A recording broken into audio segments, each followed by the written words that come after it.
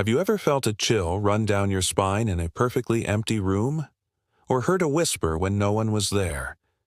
Today, we're journeying into the heart of such a mystery, to a place where the past isn't just remembered, it's waiting. This is the story of Blackthorn Manor. Our tale begins with Jonathan Reed, a historian from London, whose life is about to be turned upside down by an unexpected inheritance.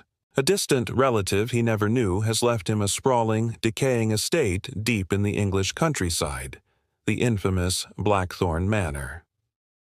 For a historian, this is a dream come true, a chance to peel back the layers of time, to document a piece of history firsthand.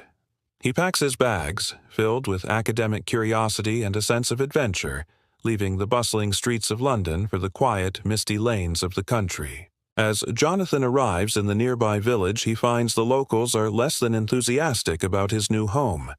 When he mentions Blackthorn Manor, conversations halt.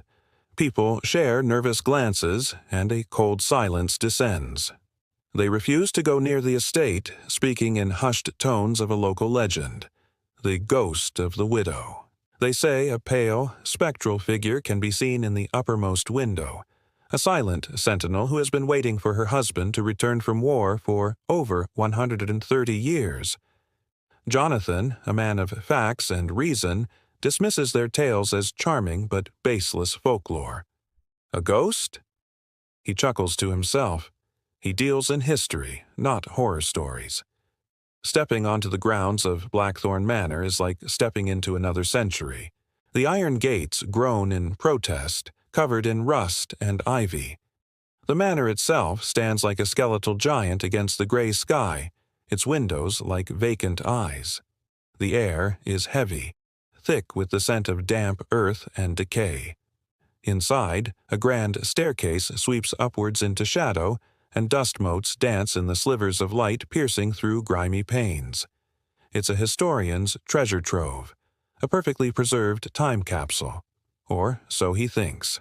As Jonathan begins his work, exploring the labyrinthine corridors and dust-choked rooms, he starts to feel an unsettling presence. It begins subtly.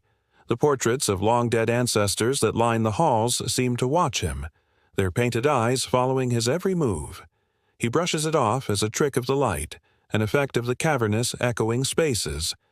But then he discovers a hidden drawer in an old writing desk. Inside, he finds a stack of letters, tied with a black ribbon and sealed with black wax. The elegant, spidery handwriting belongs to a woman named Eleanor R. As he reads, he learns she is the very widow from the villagers' stories. Her letters are filled with desperate love, longing, and a creeping sense of dread. The first night in the manor is when Jonathan's skepticism truly begins to crumble. As darkness envelops the house, he hears it, the soft, unmistakable sound of footsteps pacing the hall outside his bedroom door. He holds his breath, listening. The steps are slow, deliberate, a mournful rhythm in the dead of night. Then another sound joins the footsteps, the faint, heartbreaking melody of a piano drifting up from the ground floor. It's a haunting tune he's never heard before. He creeps out of his room, following the music to the grand, forgotten piano room. The moment he enters, the music stops. The room is empty. The massive grand piano sits silent, covered in a thick layer of dust. Night after night, the phenomena repeat. The footsteps in the hall, the ghostly piano music. Jonathan, the rational historian, finds himself caught in a web of obsession. He pores over Eleanor's letters, searching for clues, for any explanation. He learns the name of the melody he keeps hearing. Requiem for Two, a piece she composed for her husband. He's no longer just documenting history, he's living it. He needs to know what happened to Eleanor. What is the truth behind the ghost of Blackthorn Manor? His research takes a dark turn. Scouring old military records and local archives, he makes a chilling discovery. His ancestor, the man Eleanor was waiting for, wasn't a war hero. The records show he was discharged early, that he returned home weeks before his supposed death in battle. He didn't die on a foreign field.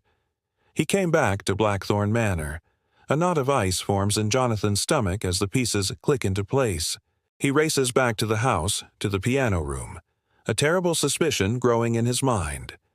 In one of her last letters, Eleanor had written about a strange sound behind the piano room wall, a sound of tapping and scraping. Driven by a desperate need for the truth, Jonathan grabs a sledgehammer from an old shed.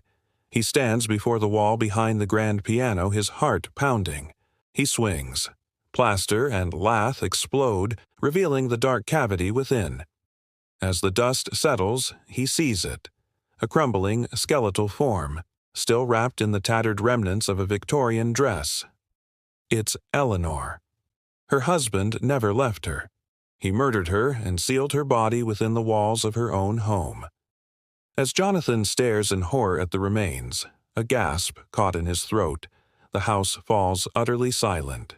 And then it begins again. The soft, melancholic notes of Requiem for Two fill the room. This time it's not faint or distant. It's clear, crisp, as if being played right beside him. He whirls around to the piano. The keys are moving, pressed down by invisible hands. Eleanor's melody, her Requiem, is playing for him. The air grows cold and a shimmering, translucent shape begins to form beside the piano. The widow has been found. The final scene we witness is a descent into madness, or perhaps a reunion across time. Jonathan is no longer the pragmatic historian. He sits at the piano, his own hands now moving across the keys, playing the Requiem perfectly. His eyes are blank, staring into nothingness. He whispers her name, over and over, a lover's incantation. Eleanor. Eleanor. And as he plays, a pale, ghostly hand comes to rest gently on his shoulder. A soft, ethereal voice whispers in his ear, a voice filled with a century of longing, finally answered. You came back to me, my love. Jonathan Reed, the historian who came to document the past, has now become a part of it, forever bound to Blackthorn Manor and its waiting widow. Thank you so much for joining me on this chilling journey. What do you think happened to Jonathan? Is it a curse, a possession, or a love story that transcends death itself? Let me know your theories in the comments below. If you enjoyed this tale, please don't forget to like, subscribe, and hit that notification bell so you don't miss our next dive into the unknown. Until next time, stay curious.